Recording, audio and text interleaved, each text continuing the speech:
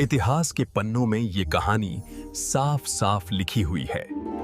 नमस्कार दोस्तों, इस पर उपस्थित समस्त श्रोताओं का, भक्तों का और सब्सक्राइब बंधुओं का एक बार फिर से स्वागत और हार्दिक अभिनंदन है।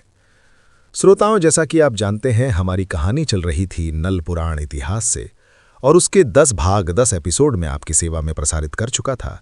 आइए श्रोताओं, आपका ध्यान में वापस 10वें एपिसोड से जोड़ता हूं।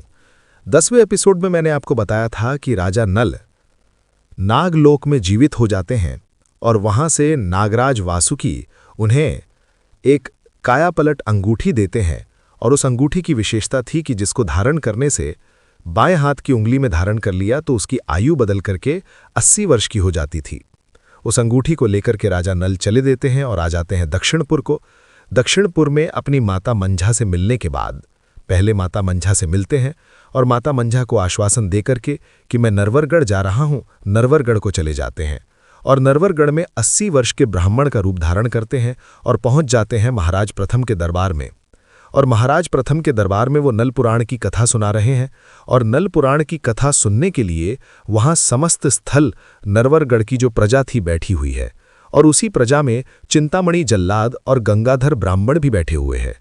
स्वामी महाराज प्रथम विराजमान है और रानी जो गजमोतिन थी, गजमोतिनी भी उस सभा में विराजमान है।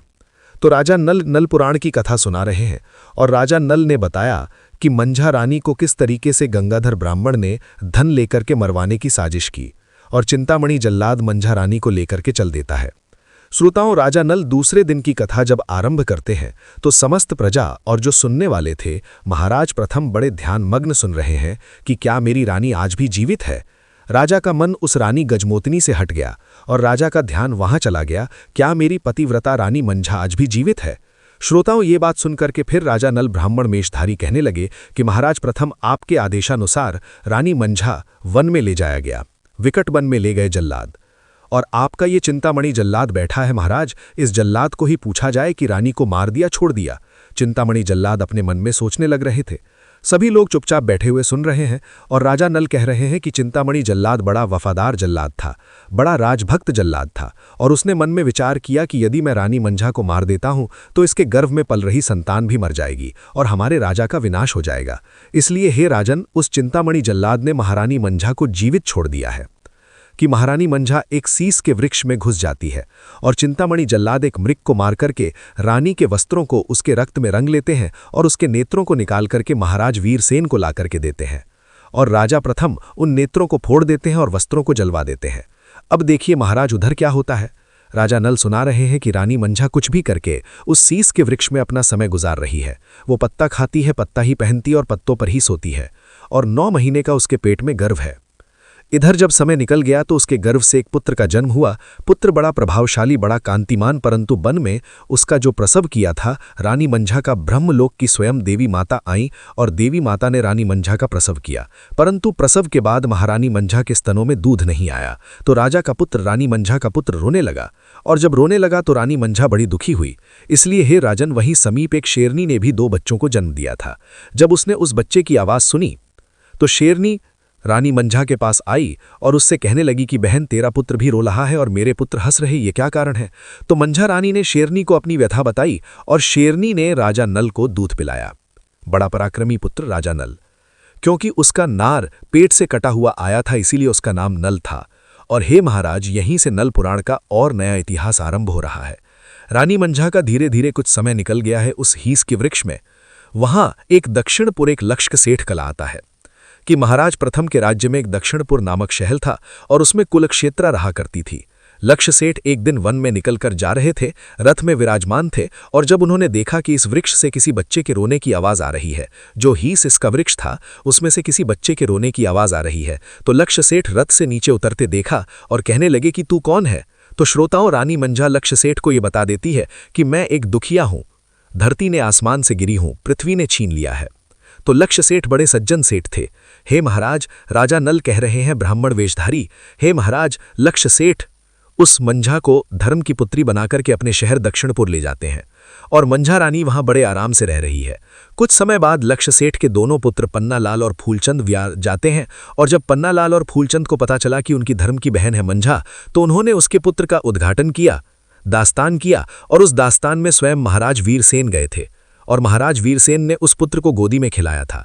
अब तो राजा के पैरों से जमीन खिसकने लगी। श्रोताओं, राजा प्रथम सोचने लगे कि हे भगवान, ये क्या हुआ, ये इस दुष्ट गंगाधर ब्राह्मण ने क्या करवा दिया। अब राजा प्रथम कहने लगे कि हे महाराज, आप आगे की कथा सुनाइए। अब आगे की कथा बड़ी रोचक है, बड़ी दुख भरी कहानी है। एक दिन का समय है कि दोनों बड़े पुत्र, सेठ के दोनों पुत्र की पन्नालाल और फूलचंद व्यापार करने के लिए विदेश के लिए चले जाते हैं। हे राजन, जब विदेश को गए तो उन्होंने उनको समुद्र के तट पर, समुद्र के तीर पर एक गोट और एक मोचरी मिली थी और उस गोट और मोचरी को लेकर के पन्नालाल और फूलचंद आ जाते हैं दक्षिणपुर। और दक्षिणपुर में आकर के उन्होंने विचार किया कि इस गोट को और मोचरी को महाराज प्रथम के दरबार में भेंट कर दिया जाए तो महाराज न जाने हमें कितना इनाम देंगे। श्रोताओं, ये सोच करके पन्नालाल और फूलचंद्र महाराज प्रथम के दरबार में आ जाते हैं और राजा प्रथम के दरबार में वे गोट और मोहरी भेंट कर दी। राजा प्रथम सोचने लगे कि ये तो बिल्कुल सही कह रहा है, यहाँ तक तो सत्य बात है।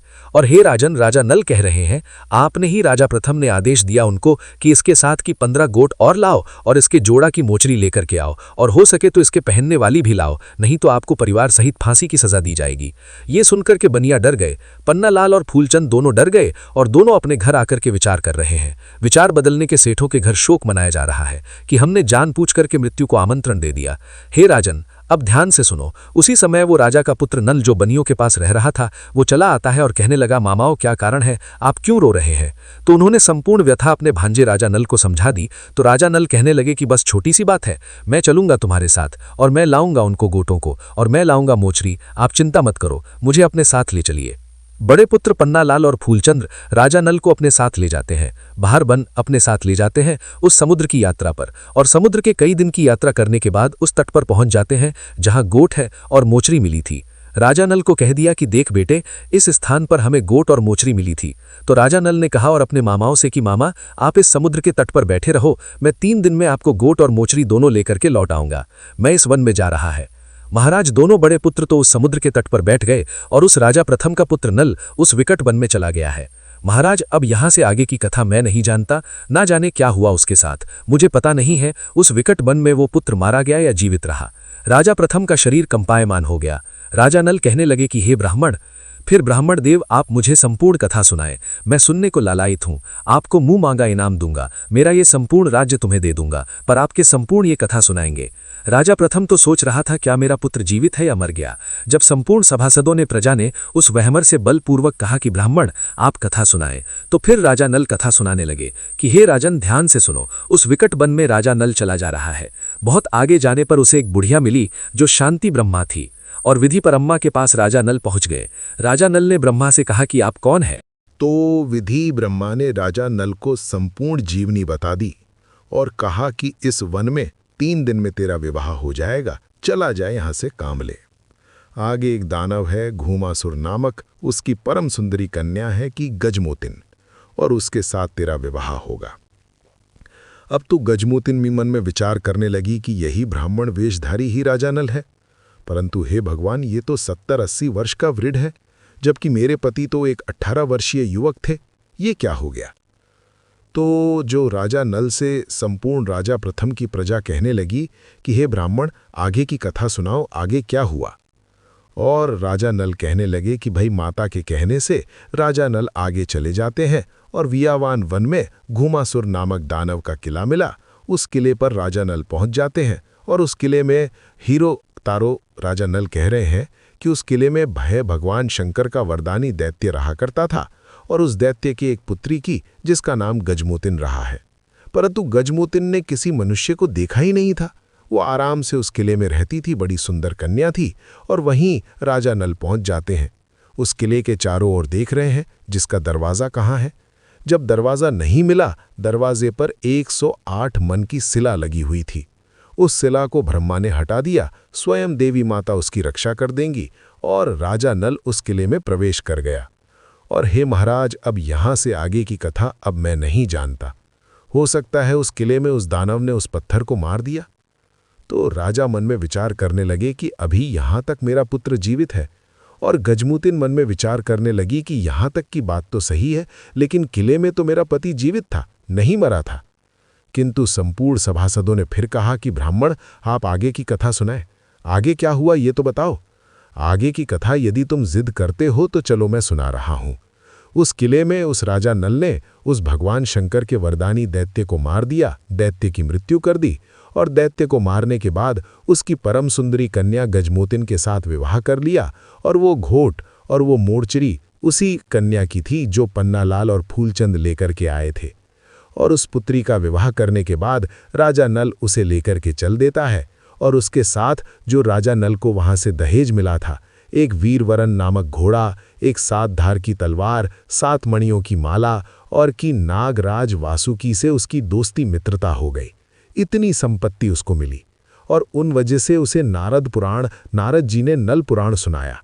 और नल पुराण इस संसार में केवल 2 ही व्यक्ति जानते हैं, या तो स्वयं राजा नल और या उसकी पत्नी गजमोतिन। बाकी के कोई भी नल पुराण नहीं जानता।